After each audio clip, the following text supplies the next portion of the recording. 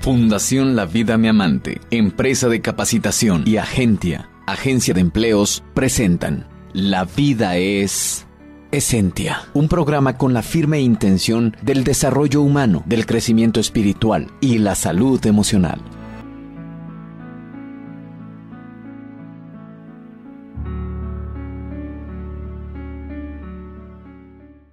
Mis queridas amigas, queridísimos amigos que nos están acompañando aquí en su programa La Vida es Esentia, hoy les damos la más cordial de las bienvenidas al programa a nombre de todo el equipo de producción, asimismo de Leonardo del Cío, el anfitrión y director general de este programa.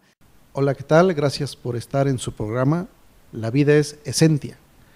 Hoy tenemos el gusto de entrevistar a la psicóloga Itzgal Tenorio. Itzgal, te agradezco mucho que hayas aceptado la invitación. No, al contrario, muchas gracias por haber invitado. Gracias, Itzgal. Hoy vamos a hablar de las emociones en tu vida.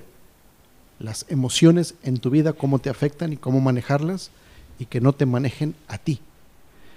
Itzgal, háblanos un poquito de tu experiencia en el tema. Claro, ahorita iniciaste con algo muy importante, es que no te controlan a ti las emociones y eso es precisamente el objetivo, es tú controlar tus emociones y no que las emociones te controlen a ti.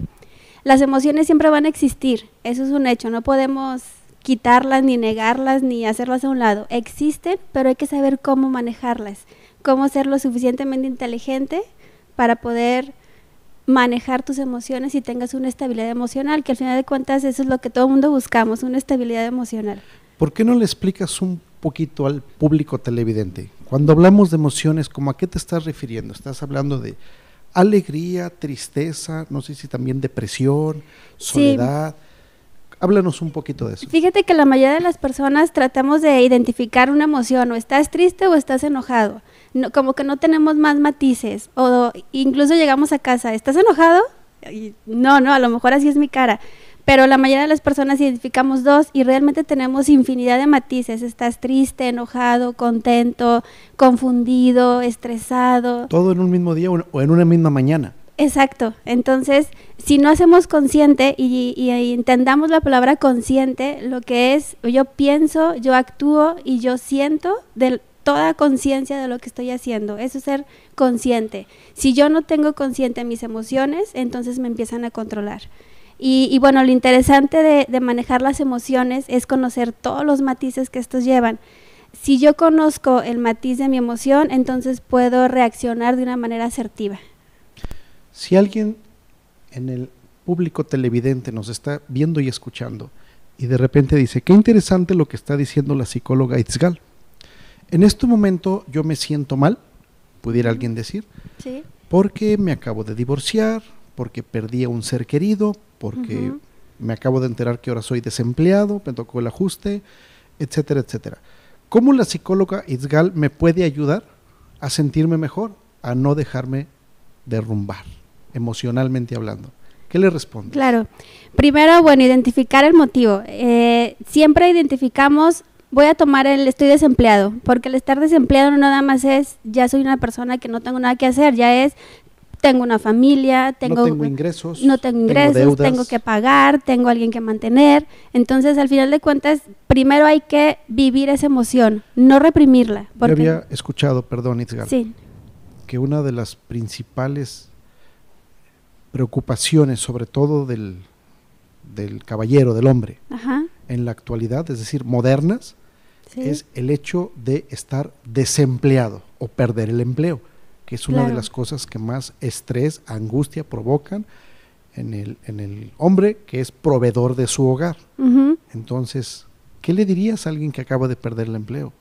Claro, porque al final de cuentas, como es proveedor de su hogar, es como una carga más pesada, es como una responsabilidad más fuerte que tienen los hombres.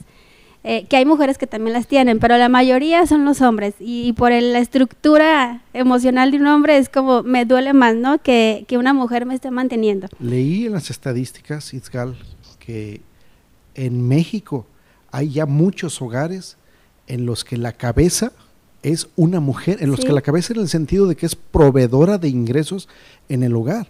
Entonces, yo te cuento que cuando yo estuve chico en la secundaria, era rara las mujeres que trabajaban. Sí. Pero hoy día son muy comunes, pero no nada más son muy comunes, sino que además ocupan una estadística elevada. De cada 10 hogares mexicanos, no me hagas caso, yo leí que 6 hogares están comandados por una mujer. O sea, Sí. la mujer es la proveedora del hogar, de ingresos. Claro. Han cambiado los tiempos. Sí, es cierto, pero si yo vivo con mi pareja y yo soy a lo mejor la que tengo mayor ingreso y soy la que tiene más manera de apoyar o de aportar, si yo me quedo sin empleo, emocionalmente es diferente a si mi esposo se queda sin empleo. Cuéntanos la diferencia. Porque el hombre, al final de cuentas, como un Como- ser social de hombre, de que es el que tiene que aportar a la casa, el Como que el que guía, lleva el que principalmente la controla, el carga. que tiene la cabeza de, sí, de yo organizo, yo proveo, porque al final de cuentas la mujer ya no es tanto, pero existe. Tú eres la que estás en la casa, la que cuidas a los niños, y si te quedas sin empleo, pues simplemente vas a regresar a tu estado De ama de casa. de ama de casa o normal, podemos llamarle, Es una pero muy respetable oficio, ¿no? claro, Ama sí. de casa.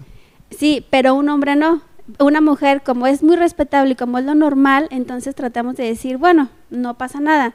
Pero que un hombre se quede a hacer esos oficios de ama de casa, entonces De amo de casa. de amo de casa, de casa. emocionalmente sí llega a pegar. Entonces, ¿qué es lo que yo le digo a las personas?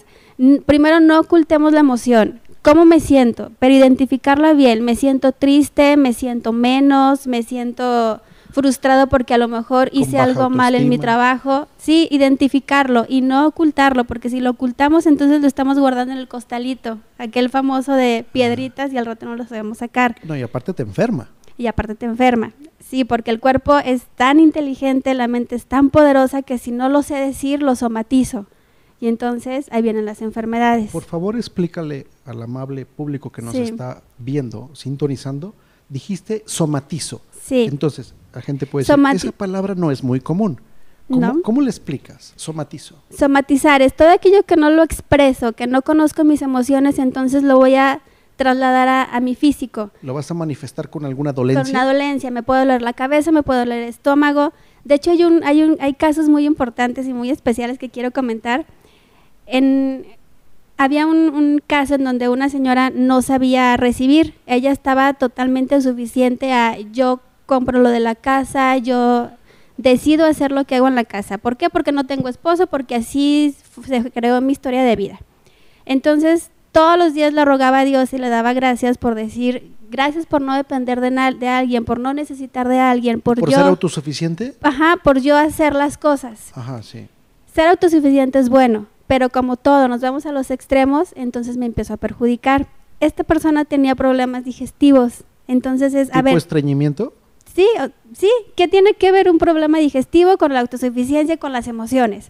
Bueno, cuando acude a terapia y analiza su historia, entonces nos damos cuenta que esta persona no sabía recibir, porque estaba acostumbrada a ella a ser la responsable, a ella a ser la que doy, no recibo, soy la madre, entonces mis hijos ante todo, lo que necesiten mis hijos, Sí, todo sí. es Una guerrera, ¿no? de aquí Una para guerrera. allá, sí, Ajá. y al final de cuentas para ella era bueno. ¿Qué tipo se de sentía problemas bien. en el estómago?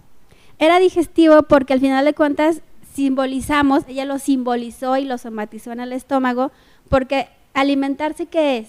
Estoy recibiendo algo que me va a servir para mi bienestar, sí. que me va a dar fuerza, que me va a dar energía.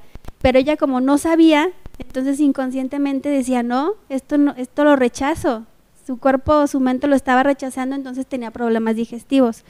Cuando lo hace consciente, entonces se le quita el problema y, ok, es porque yo no sé recibir. Se trabaja en un proceso, no es una varita mágica de que, ya te diste cuenta y ya, no. Sí, no funciona así. es un proceso terapéutico, Igual pero dura meses, no sé si años, pero sí, ya depende de cada persona.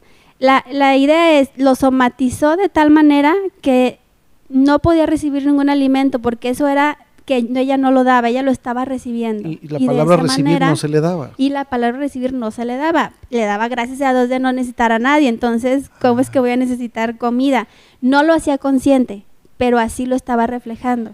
Y entonces debe haber un equilibrio pues entre el dar y el dar recibir. y el recibir. Porque bueno, Exacto. también hay gentes que no saben dar, Ujú. ¿no? No saben dar. Sí, el dar y el recibir es una dualidad, y el ser humano somos duales, eso es un hecho. Yo quiero compartir algo que me pasó hace no más de 2 semanas. A ver. Yo estaba en una escuela aplicando unas evaluaciones a unos pequeñitos. había ¿Pequeñitos de primaria? De primaria, sí, Primaria. preescolar.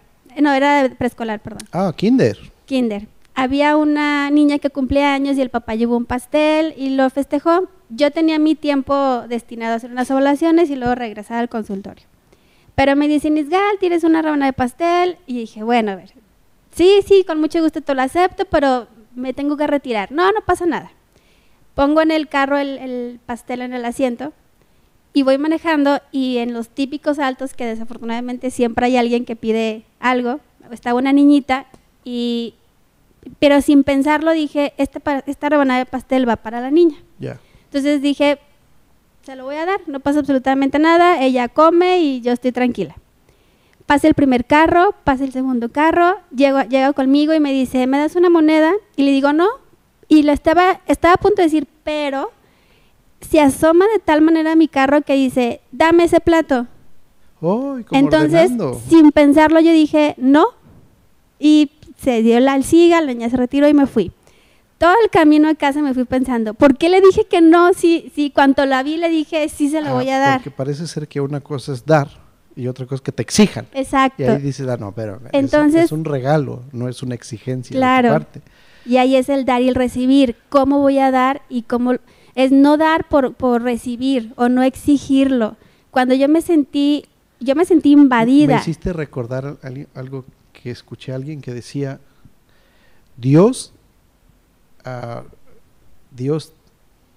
sirve, pero no es así como servil, ¿no? O sea, no es Claro. su obligación. Claro. Dios nos da servicio en el sentido de sol, luna, amanece. Ujú. Sí, pero no está a tus órdenes. Claro.